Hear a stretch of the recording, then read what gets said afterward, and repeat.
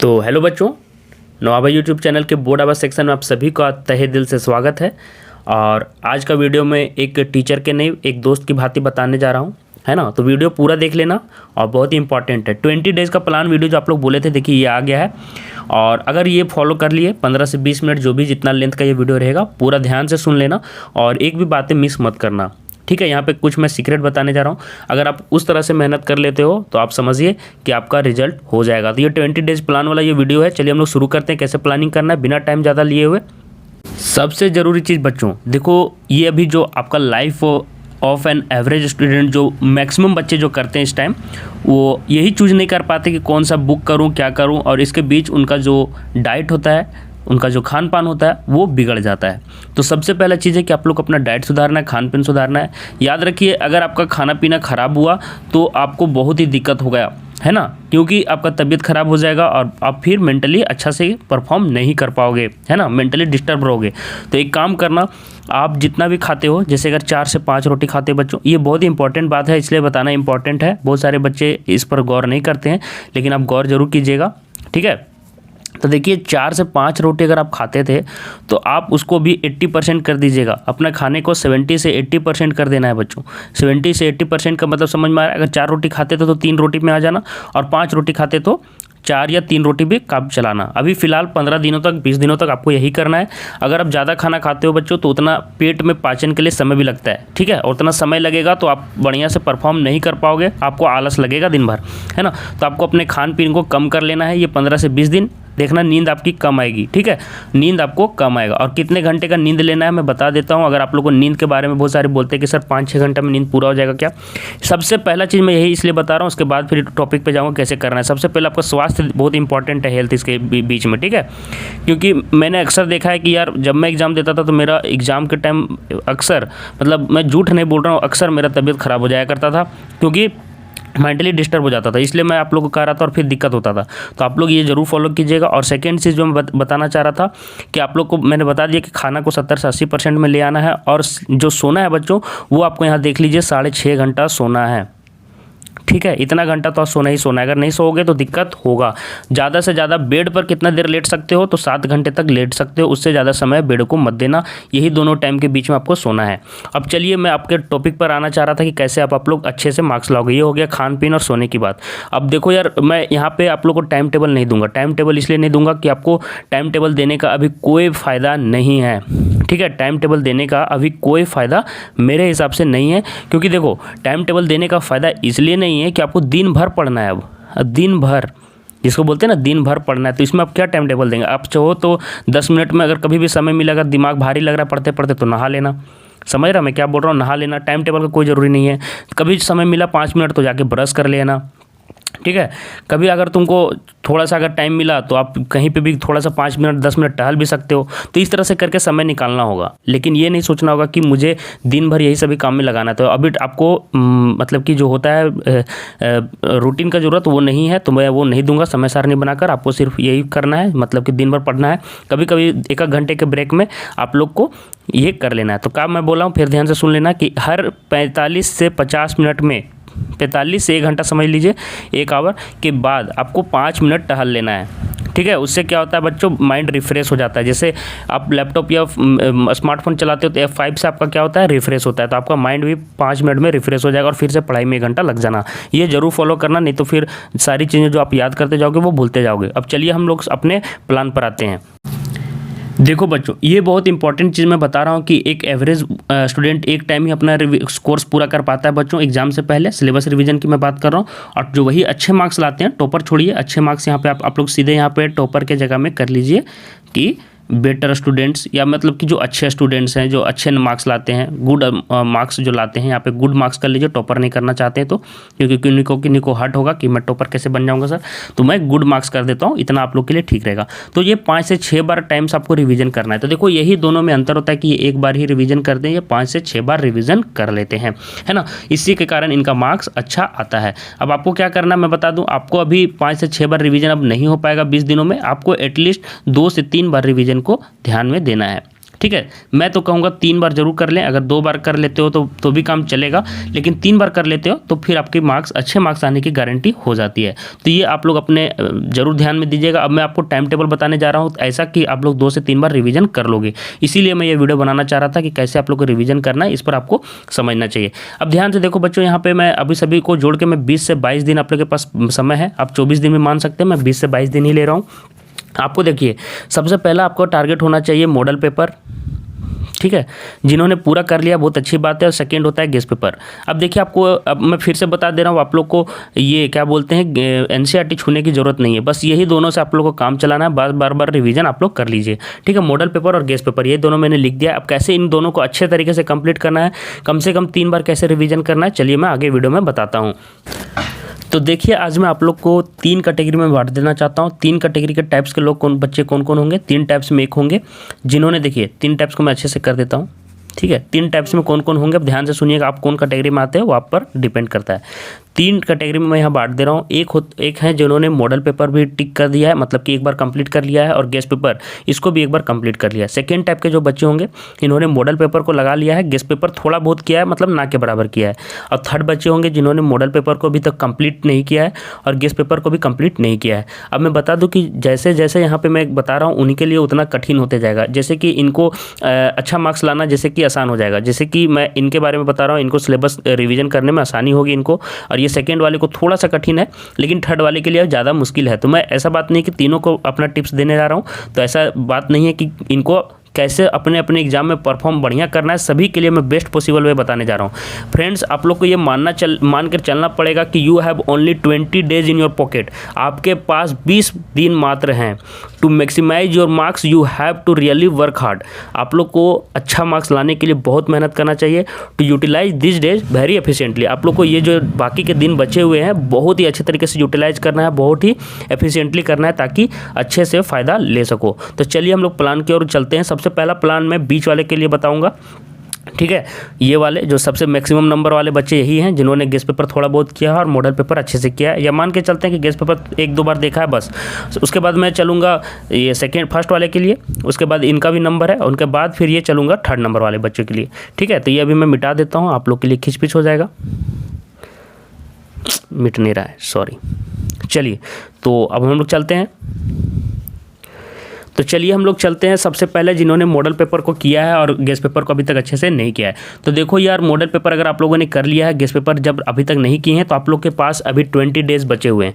तो देखो यार, टर्म 1 और टर्म 2 का मिला के 50 सेट हो जाता है। समझ में आ रहा है? मॉडल पेपर 25 + 25 मतलब टर्म 1 के 25, ठीक है, और टर्म 2 के 25, ठीक है। तो ये आपके पास 50 सेट हैं। आप, मैं मान के चल रहा हूँ कि 50 सेट को आपने एक बार जरूर कर लिया है। आपको क्या करना है कि आपको 5 दिनों में हर एक दिन में 8 से 10 सेट लगाने हैं, और 6 से 7 दिनों में सारे सेट को एक बार और कंप्लीट कर लेना है। 6 से 7 दिनों में 6 से 7 दिन यहाँ पे लिखना है, सॉरी यहाँ पे मैं दिन कर देता हूँ, ठीक है। 6 से 7 दिनों का आप चाहो तो 6 दिन में ही करना की कोशिश करो।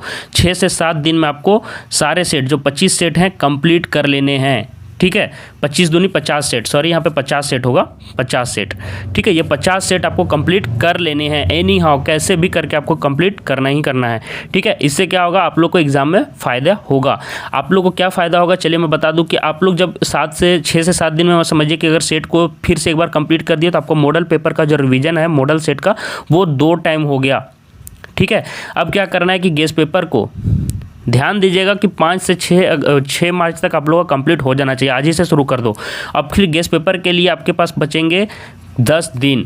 10 दिनों में अगर आपके 5 सब्जेक्ट है, तो जो आपको लैंग्वेज पेपर है जैसे कि इंग्लिश हो गया, हिंदी हो गया, जो 10-12 वाले बच्चे हैं अपने अकॉर्डिंग देख लीजिएगा। और कुछ पेपर भारी हैं जैसे कि मैथ्स हो गया, है ना, आर्ट्स वाले बच्चों के लिए हिस्ट्री हो गया, ज्योग्राफी हो गया, ये सब थोड़े भारी साइड जाते हैं, तो आप उसके अकॉर्डिंग बांट लोगे। ये मैं बता दूँ कि जैसे कि इंग्लिश का पेपर है, ठीक है, इंग्लिश का पेपर है, तो इसको एक दिन में आपको निपटाना होगा, क्योंकि आप मॉडल पेपर आप कर लिए हो तो इंग्लिश का पेपर एक दिन में हटाना पड़ेगा। अगर हिंदी का पेपर है तो इसको भी एक दिन में आपको गेस्ट पेपर को कंप्लीट करने का क्षमता रखना चाहिए। क्या करना है आपको कि टर्म 2 वाला सारा बुक का एक बार सभी लेंथी क्वेश्चन देख लेने हैं, और टर्म 1 वाला जितना भी ऑब्जेक्टिव क्वेश्चन है, मैं मान के चल रहा हूँ कि आप लोगों ने एक बार देख लिया टर्म 1 वाला, तो एक बार और फिर रिविजन कर लेना, लेकिन ज़्यादा जोर देना टर्म 2 वाला का, क्योंकि लेंथी क्वेश्चन टर्म 2 को देख लेना और ऑब्जेक्टिव क्वेश्चन टर्म 1 वाला का भी देख लेना, क्योंकि उससे क्या होगा कि मार्क्स लाने में आसानी होगा, क्योंकि पहला एग्जाम से आपको लंबा क्वेश्चन नहीं आने वाला है, ठीक है। तो इस तरह से आप लोग कर सकते हो।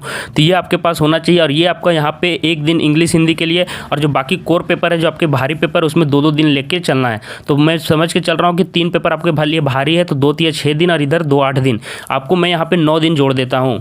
ठीक है, आपके लिए यहाँ पे मैं 9 दिन जोड़ देता हूँ। तो आपके पास देखिए, गेस्ट पेपर में 6 दिन लगे, मॉडल पेपर में मैं मैक्सिमम लोग इस ही कैटेगरी के हैं, इसलिए मैं बता रहा हूँ। और गेस्ट पेपर को मैंने आपको 9 दिन या 10 दिन टाइम दे दिया। तो देखिए 10 से 16 दिन में आपका मॉडल पेपर 2 टाइम्स हो गया कंप्लीट, 2 टाइम्स। ठीक है, और गेस्ट पेपर आपका 1 टाइम्स हो गया है। ठीक है, तो देख पा रहे होंगे आपके पास अभी भी 7 दिन बचे हुए हैं, 6 से 7 दिन बचेंगे। ठीक है, अब ये 5 से 6 दिन जो बचा है बच्चों, वो आपको क्या करना है, गेस्ट पेपर को जो ये मैंने 9-10 दिन बोला है एक दिन करने के लिए, अब 4 से 5 दिनों में एक बार और कंप्लीट कर लेना है। ठीक है, तो इससे क्या होगा बच्चों कि ये भी 2 टाइम्स हो जाएगा और ये भी 2 टाइम्स आपका हो जाएगा। और उससे क्या होगा बच्चों, आपको एग्जाम में बहुत ही स्ट्रांग जो होता है ना, बेसिक्स एकदम मजबूत हो जाएगा, फाउंडेशन मजबूत बन जाएगा। और उसके बाद आपको क्या करना है बच्चों, मैं फिर से बता दूं कि आप लोग जब कंप्लीट कर लोगे तो एग्जाम के 2 दिन पहले, कोई भी एग्जाम का सब्जेक्ट है, जैसे मैथ है कल, या फिर जो हिस्ट्री है, मतलब कि आर्ट्स वाले बच्चों के लिए अपने हिसाब से देख लेना, तो 2 दिन पहले आपको इसका गेस्ट पेपर को 2 बार, ठीक है, गेस्ट पेपर को 2 बार और मॉडल पेपर को 1 बार लगा लेना है। ठीक है, 1 या 2 बार आपकी इच्छा पर है। मैं तो बोलूँगा कि मॉडल पेपर 1 ही बार लगाओगे तो काम चल जाएगा, क्योंकि आपने मॉडल पेपर बहुत बार कर चुका है पहले, 2 बार, तो ये 1 बार और कर लेना चलेगा। ठीक है, तो मॉडल पेपर 1 बार और गेस्ट पेपर 2 बार, तो 2 दिनों में आपको फिर जाके इतना करके पेपर जाके अटैम्प्ट कर लेना है, दे देना है।